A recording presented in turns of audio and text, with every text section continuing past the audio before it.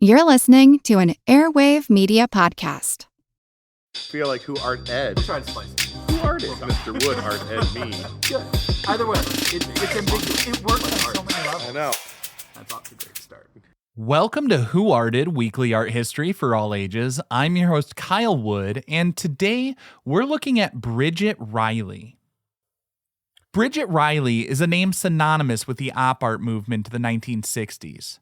Her striking black and white and later vibrantly colored geometric paintings captivated the art world and challenged viewers' perceptions of space, movement, and even reality itself.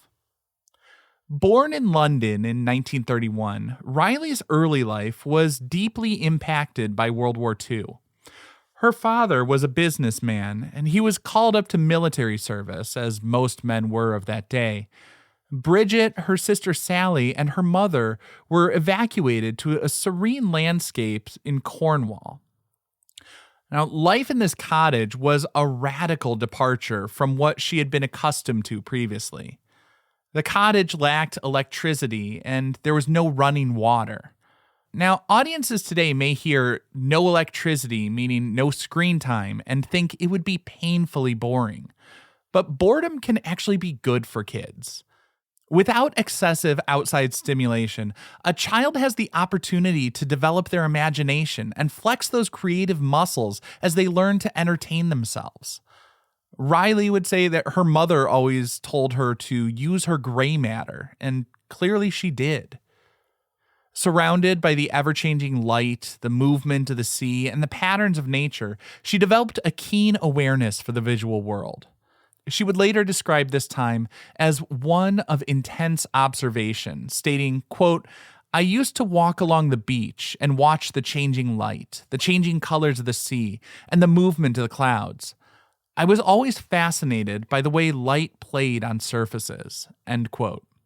These early experiences laid the groundwork for her future artistic explorations, where the interplay of light, color, and form would become central themes. Now, if you're hearing me talk about how she was inspired by nature and the changing light, and you're starting to think of Impressionism and Post-Impressionism, you're on the right path. As a child, Riley was inspired by the great Post-Impressionist painter Georges Seurat. Seurat's pointillist technique and his scientific approach to color theory had a significant impact on her artistic development, particularly during those formative years.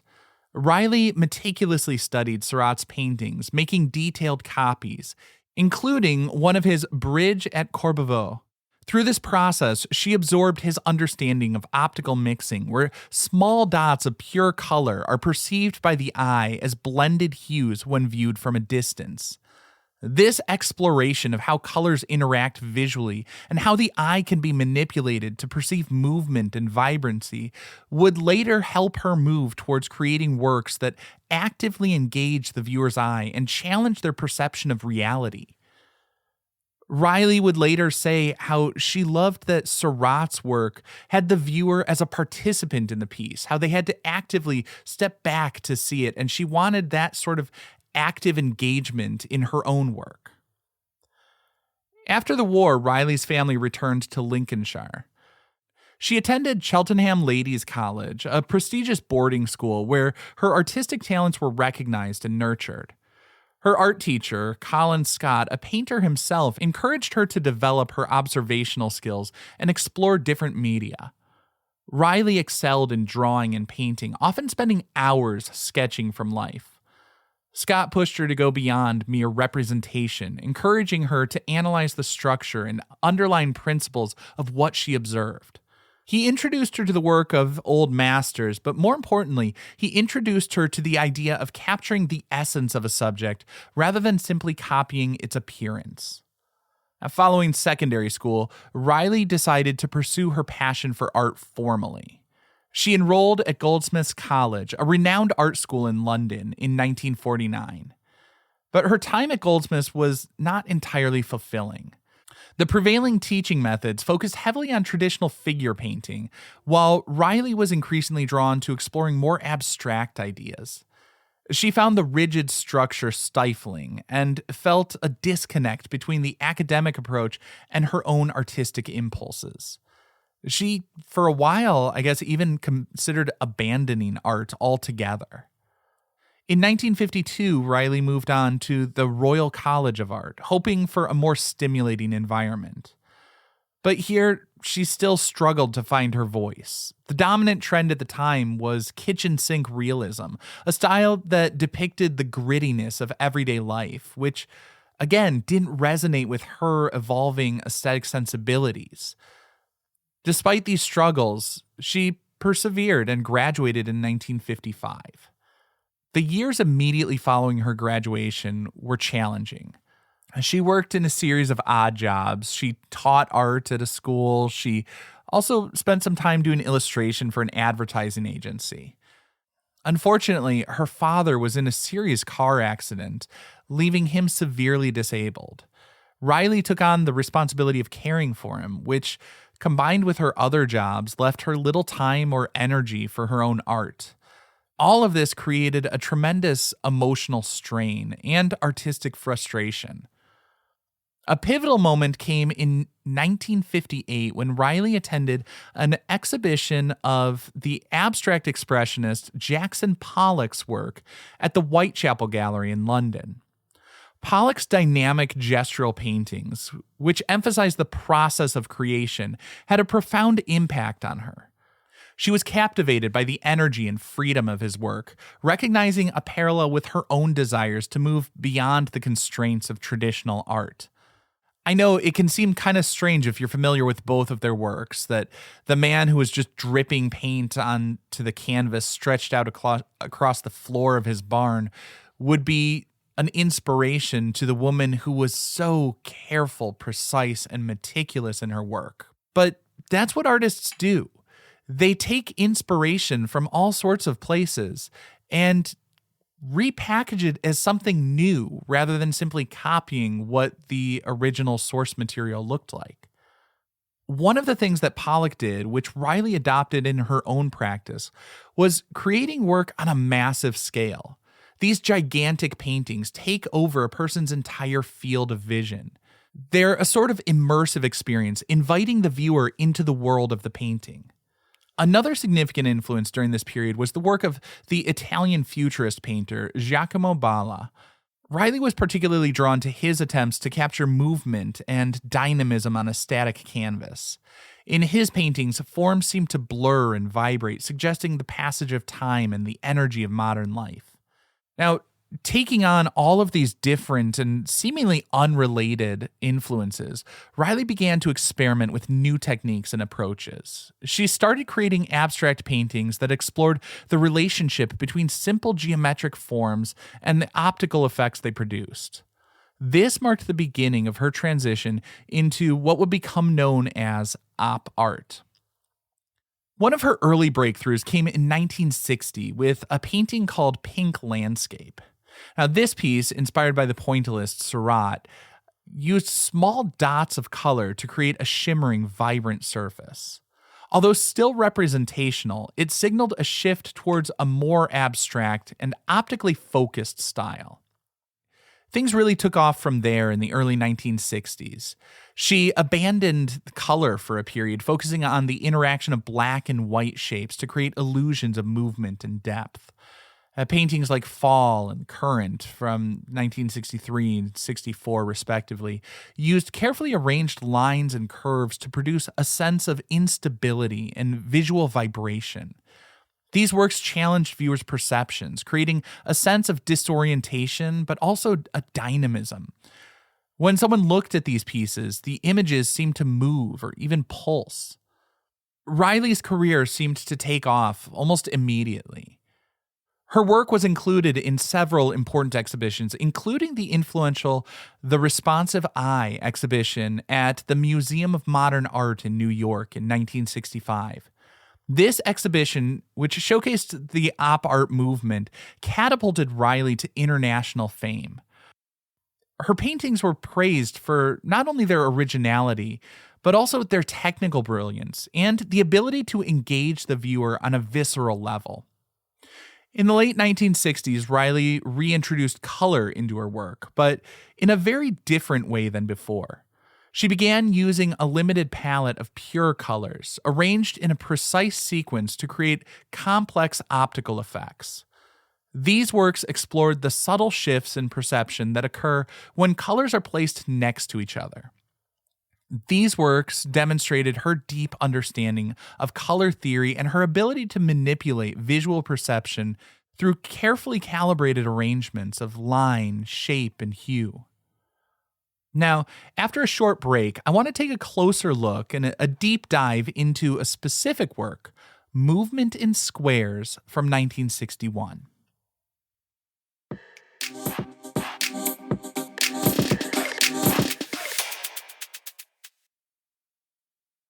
Bridget Riley's 1961 painting, Movement in Squares, stands as a landmark in the history of art.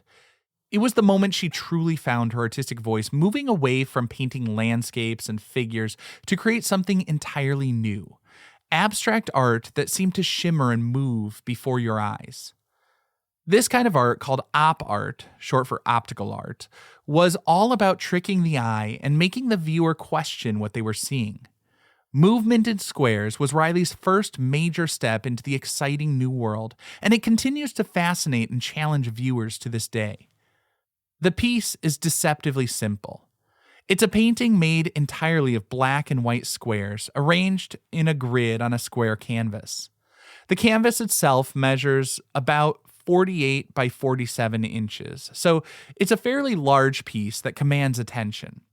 At first glance, it might almost appear like a checkerboard pattern, but as you look closer, something strange starts to happen. As you move from left to right, the squares seem to squeeze together, forming rectangles that get thinner and thinner and thinner and seem to recede into space because of the whole notion that things closer to us look bigger and things farther away look smaller. And so they get pinched almost as they get into this sliver of rectangles going deeper and deeper into space, and then they seem to gradually come back, expanding again towards the other side. This subtle change in spacing of the squares creates a powerful optical illusion. The painting appears to buckle and curve as if a force is pushing it from within. Some viewers feel a sense of unease, even dizziness, as their eyes struggle to make sense of the conflicting visual information, and that rapid repetition of opposites is just overwhelming to take in. The creation of this illusion was no accident. Riley carefully planned and executed Movement in Squares. It was the result of years of experimentation with visual perception. She used a ruler and compass to meticulously draw the grid and adjust the spacing of the squares, creating a precise mathematical progression. The painting is made with tempera, a type of paint known for its matte finish, which helps to eliminate any distracting reflections and allows the viewer to focus solely on the interplay of black and white forms. For the illusion to work, she had to be meticulous in her craftsmanship, making sure that the lines were perfectly straight, the black and white shapes perfectly defined with flat, consistent colors and a strong contrast. When Movement in Squares was first exhibited at Gallery 1 in London as a part of a group show in 1962, it caused quite a stir. The show was titled Towards Art with a question mark, as even the gallery was unsure about the place of op art within the art world. It was unlike anything people had seen before. Some critics were bewildered, dismissing it as a gimmick or a trick.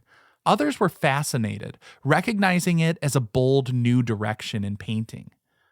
The work quickly became a talking point, drawing crowds and sparking debates about the nature of art and perception. Decades later, Riley commented on how she saw her works differently over time, but the crowds continued to gather and look in much the same way. She said she was delighted that younger generations continue to look at her work and feel it's inviting and accessible to them. Bridget Riley herself recognized the importance of Movement in Squares. She saw it as a breakthrough, a moment where she finally found her own unique artistic language. She said, quote, "In movement in squares, I had used a very simple unit, a square, and used it in a very simple way, turning it into a rectangle, and then into another kind of rectangle. But I found that I made something that moved. I had found a way of making a surface active," end quote. She described how across this series of small and almost imperceptible shifts to the square, it went off into this other space that overwhelmed the eye into oblivion, and the only thing she could do was then bring it back. After that, she continued with black and white paintings for some time, but she began to explore other means of playing with perceptions through subtle shifts. In later interviews, she described the painting as a starting point for her exploration of optical phenomena. She was pleased with the way it actively engaged the viewer, creating an experience that went beyond simply looking at a static image. The painting's success gave her the confidence to continue experimenting with black and white, exploring the potential of geometric forms, and creating increasingly complex and dynamic visual effects. The impact of movement in squares extends far beyond its initial reception. It's considered a seminal work of op art, a movement that gained significant popularity in the 1960s. It inspired countless artists to explore the possibilities of optical illusions and to challenge conventional notions of what art could be. The painting's influence can be seen in fields beyond fine art, such as graphic design, fashion, and even architecture.